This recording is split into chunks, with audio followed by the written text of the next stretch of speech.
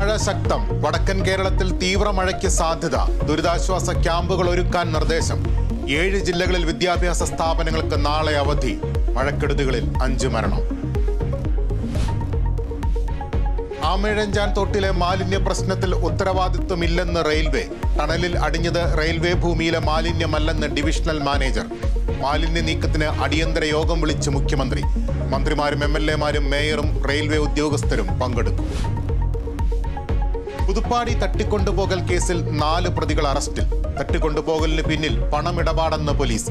3 ദിവസം ക്രൂരമർദ്ദനത്തിനിരയായെന്ന് പരാതിക്കാരൻ അർഷാദ് കേരള വിഷൻ ന്യൂസിനോട്. എങ്ങനെ വിട്ടയച്ചത്? എങ്ങനെയാണ്? അവര് ബൈക്കിലാണ് എന്നെ വൈത്തിരി ബസ് സ്റ്റോപ്പിൽ ഇറക്കി വിട്ടായിരുന്നു. കൊച്ചി ഇടപ്പള്ളി അമൃത ആശുപത്രിയിൽ നഴ്സിംഗ് വിദ്യാർത്ഥികൾക്ക് നേരെ റാഗിംഗ് എന്ന് പരാതി. നേരിട്ടത് ക്രൂരമർദ്ദനമെന്ന് ഇരയായ വിദ്യാർത്ഥി കേരള വിഷൻ ന്യൂസിനോട്. ആദ്യം മുഖത്തവര് 2 അടി വന്ന്. അപ്പൊ ഞാൻ മുഖത്തടിച്ചപ്പോ ഞാൻ പറഞ്ഞു മുഖത്തടെ പാട് വീഴും, വീട്ടിൽ പോകാന്ന് പറഞ്ഞോണ്ട് മൊത്തം പുറത്ത് അടിക്കുകയും തൊഴിക്കുകയും കാലില് ഡ്രസ്സിന്ന് ഹാങ്ങർ സ്കെയിലൊക്കെ വെച്ച് അടിക്കുകയായിരുന്നു. അന്വേഷണം ആരംഭിച്ച് ചേരാനല്ലൂർ പോലീസ്. 2 സീനിയർ വിദ്യാർത്ഥികൾ അറസ്റ്റിൽ. പാലക്കാട് ചിറ്റൂർ പുഴയിൽ കുടുങ്ങിയ 4 പേരെയും രക്ഷപ്പെടുത്തി. പാറക്കെട്ടിൽ കുടുങ്ങിയത് പുഴയിൽ കുളിക്കാനിറങ്ങിയ സ്ത്രീ ഉൾപ്പെടെയുള്ളവർ. കുടുങ്ങിക്കിടന്നവരെ കരക്കെത്തിച്ചത് 2 മണിക്കൂർ നീണ്ട പരിശ്രമത്തിനൊടുവിൽ.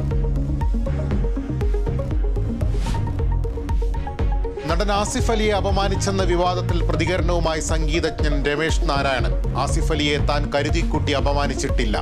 ജയരാജന്റെ കയ്യിൽ നിന്ന് അവാർഡ് വാങ്ങണമെന്ന ആഗ്രഹം കൊണ്ട് ചെയ്തതെന്ന് വിശദീകരണം. വിവാദമായത് ആസിഫ് അലിയിൽ നിന്ന് അവാർഡ് വാങ്ങാൻ വിസമ്മതിച്ചത്.